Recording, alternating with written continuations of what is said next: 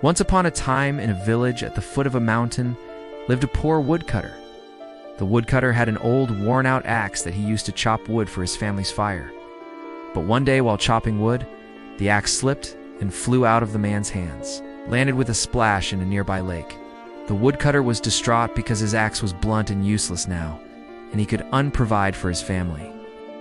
As he stood by the lake, tears streaming down his face, a large bird swooped down from the sky. The bird spoke to the man in a booming voice. "Why are you crying?" asked the bird.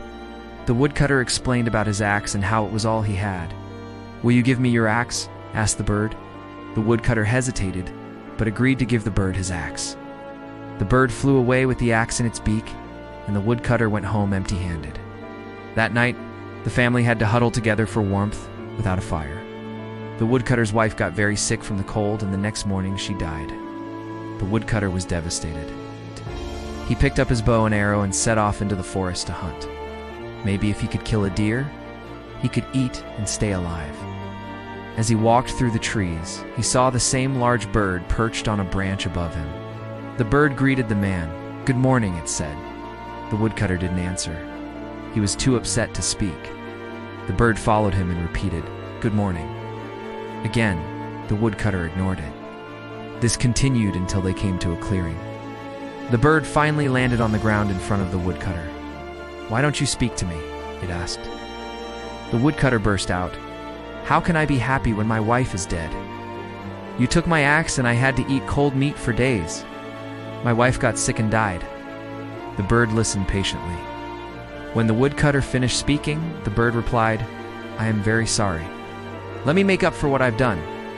What do you want?" The woodcutter thought for a moment. "I don't need anything from you. I have nothing to live for. Please take me to my wife. I want to say goodbye." The bird spread its wings for the man to climb on. When they reached the woodcutter's house, his wife's body was gone. There was no trace of her anywhere. The woodcutter searched the hut and found a small basket in the corner. Inside was a baby. The baby was crying, and the woodcutter cradled her in his arms. The bird said, "This is a magical baby. She'll bring you much happiness." The woodcutter, still mourning the loss of his wife, left the baby in the basket and went back to the forest. The bird followed him again and said, "Are you going to abandon your own child?" The woodcutter replied, "I have nothing to live for. I'm going to die." The bird asked, "Do you love your wife?" "Yes," said the woodcutter, "with all my heart." The bird asked, "Then take this ring."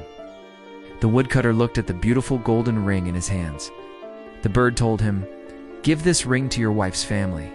They will recognize it and help you." The woodcutter thanked the bird and put the ring in his pocket. When he returned to the village and gave the ring to his wife's people, they welcomed him with open arms. They took him to his wife's grave and said, "You must be strong for your daughter's sake." The woodcutter understood that his wife had left him a precious gift. From that day on, he took care of his daughter and named her Anne. As she grew older, she became a beautiful young woman. One day, while walking in the forest, Anne met a handsome prince. They fell in love and soon decided to get married. On the day of the wedding, the king and queen were to attend. But the king didn't like the prince's choice of bride. "She's just a poor woodcutter's daughter. How can you marry her?" But the prince insisted, and the wedding went ahead as planned. That night, the newlyweds were in their room alone, when suddenly the door burst open. In flew a large bird.